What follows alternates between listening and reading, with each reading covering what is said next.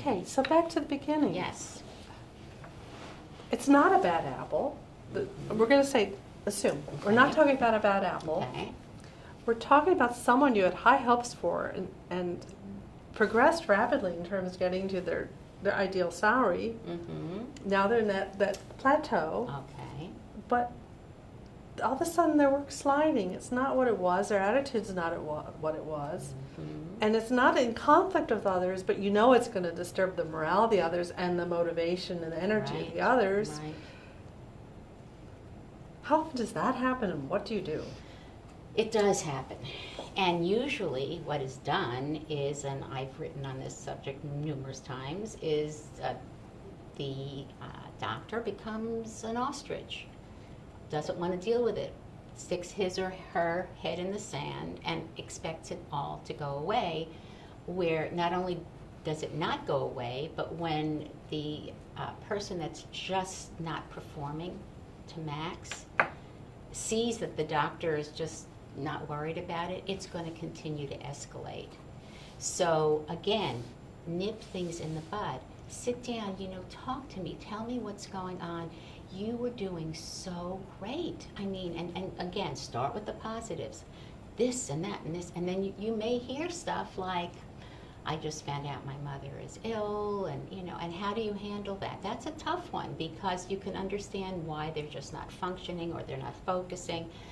But the truth is, and I can tell you from my own personal experiences, I used to use, and this is years ago, I used to use my job as a way to leave all my cares behind. The minute I opened the door, everything that was happening in my private life, gone. It was like a panacea. It was heaven. And I know it's easy for me to say, but it really, really works. Now, if this person just can't seem to separate, what do you do? I mean, you've got to know when to.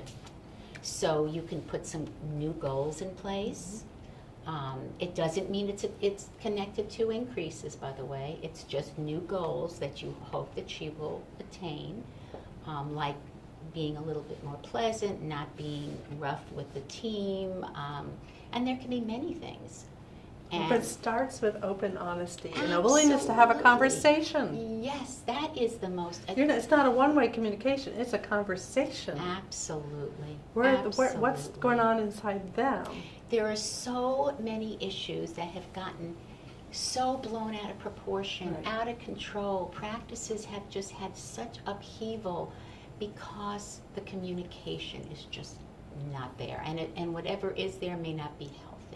Because it could be one way, and it could be misinterpreted. It could be Absolutely. Could be too limited. It could be. So, I'm an advocate for that full conversation, a real two-way. Absolutely, yes. That takes settle into it and have some time with it. And I'll take it one step further. There is nothing wrong with putting a paragraph in your employee manual about this. I know it sounds like a no-brainer, but sometimes you need to actually spell it out. When we have issues, this is how we have conflict resolution in our practice. You go directly to the person, you handle it together. Nobody has to even know what's going on, because that's also very common. They'll say, "Oh boy, yeah, she's still bothering me," or they'll call someone at home after hours and just unload, and it doesn't do anybody any good. You're a part of the morale, you're a part of the growth, why would you stir up the pot and make things worse than they have to be? And if you don't feel like it's the right place for you, you need to move on. That's all.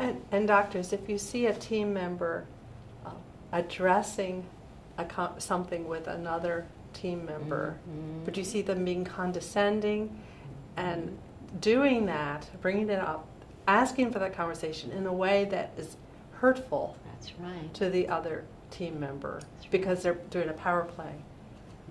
Register that, recognize that, be ready to deal with that. That's a warning sign.